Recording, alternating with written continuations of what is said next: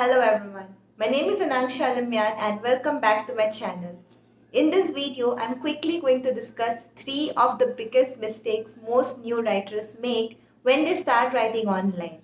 Now these mistakes don't specifically have to do with Medium, but they can relate to any writing platform like Quran, Newsbreak, Vocal Media, or your own website where you're blogging regularly. As you know, over the past 3 months, I have worked with more than 20 new writers who have enrolled in Project Medium, and these mistakes are what I have seen them make, I have seen them struggle with, and I don't want any other new writer to struggle with these same mistakes, and that is why I have made this video to help all new writers who are starting to write online. And the biggest mistake of them is lack of consistency. Now, you might think that you are a writer, yes, you love writing, but you also have a day job. You have a family, you have college maybe, and you have so many other commitments. So, you find it difficult to write every day. Okay, that's all right, I get it. Even I have a day job, even I have like 1,000 other commitments. But if you are practicing a habit, you need to make sure that you do it consistently. Sure, you might not do it every day, but you should stick to writing for at least 5 days a week.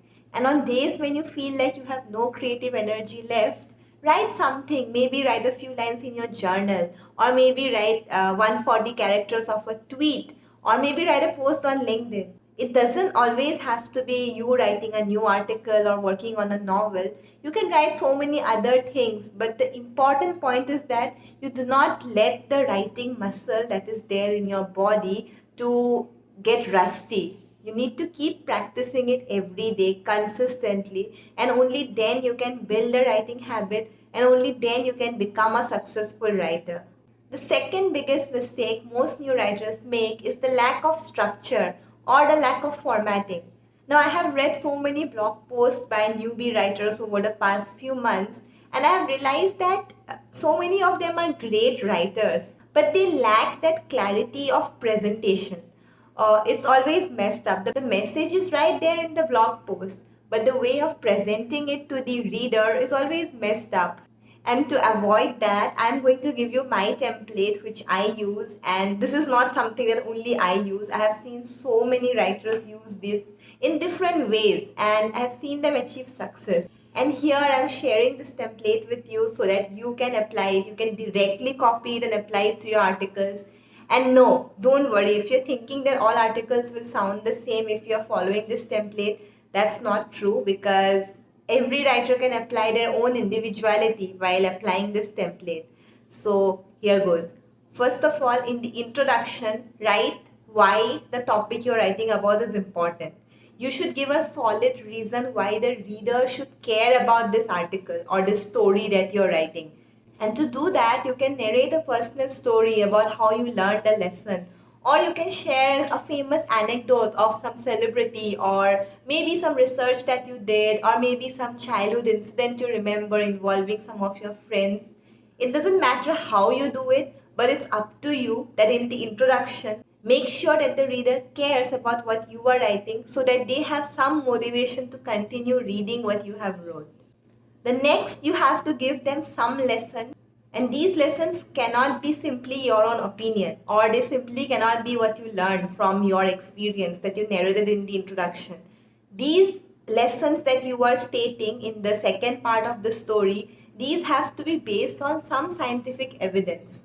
Now, you can look up articles online that have mentioned similar things, and you can look through peer-reviewed journal papers, so you can look at the science behind it and make sure you establish the credibility here. Because nobody cares about your opinion, right? Unless you're Elon Musk or Bill Gates, why would anyone care about your opinions or your lessons? But if you write your own lessons and you back them up with science or the psychology behind it, that adds an insane amount of credibility, and the reader will think that this article has something in it for me and I need to read it. And the third part of the article have to be some actionable takeaways for the reader. So for example, in the beginning, in the introduction, you wrote a story, you shared your own story. Then you gave the reader a reason to trust you by citing some scientific evidence. And In the third part of the story, you have to break your ideas down into actionable steps that if someone wants to apply these lessons to their life, how they can apply it. And finally, you have to write the conclusion. Now, an amazing way you can make the conclusion even more interesting is to throw back or call back to the introduction. Maybe you are narrating a story in the intro and you can just reference back to that story in the conclusion, and you can just tell us a version of how the story in the introduction would have been different if the person who's involved in the story in the introduction, if they knew these lessons that you just shared, how would their life be different? How would their life be better? So that would give the reader a sense of completion, like they have come full circle. So in the introduction, they were introduced to a problem. Then you gave them a solution to the problem, and the solution was backed by science. Then you gave them actionable steps on how they can solve that problem if they ever encounter it in their life. And in the conclusion, you gave them even more reason to trust you by calling back on the introduction. So this will feel great to whoever is reading it. And as a writer, your goal is to always make sure that the reader feels smarter after reading your article. And if you leave them with a feeling of accomplishment, that they have learned something new, then they'll keep coming back to your stories, they'll follow your profile, and they'll read even more of your work, which is a win-win situation for both the reader and for the writer. And the third biggest mistake most new writers make is that they are so afraid that if they submit to big publications and the big publications will reject their work, that they don't submit at all. It's like before even the editors reject them, they are rejecting themselves, which is so highly unfair if you think about it. And this is something based on my own experience, that rejection is the biggest teacher. When your article gets rejected by a big publication editor, they always give you some reason on how you can improve. And even if they don't give you a reason, you can always read through the recently published stories in that publication, and that will give you a pretty good idea on how you can improve as a writer. And no matter how big a writer you are or how good a writer you are, you will always have to face rejection. Like I have 8,000 followers on Medium, and even now publication editors reject my stories all the time. And it's okay. Rejections are never personal. The editors, they know what their audience wants. They know what the audience of the publication is looking for. And they reject your story because it doesn't match up to that standard. So it's up to you to rework your story, to incorporate even more elements so that the editor has no choice but to accept it. So every new rejection can be treated as a new learning opportunity. So yeah, that's all for today's video. I'm going to quickly wrap up the 3 biggest mistakes most new writers make when they are writing online. And the first biggest mistake is lack of consistency. The second is lack of a proper structure. And the third is the fear of rejection that stops them from applying to big publications. So if you are someone who's just starting out to write online or maybe write your own novel, do not make these mistakes. Don't fall into that trap so many other writers have fallen into.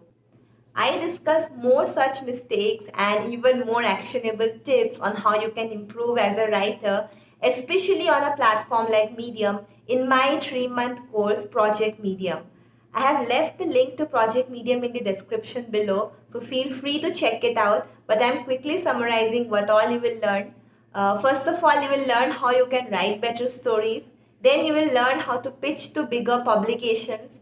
Next, you will learn how you can analyze your statistics and how you can use them to even improve your writing further. Next, you will learn to build a consistent writing habit. And finally, and the most important thing is that in Project Medium, we have group coaching calls every week.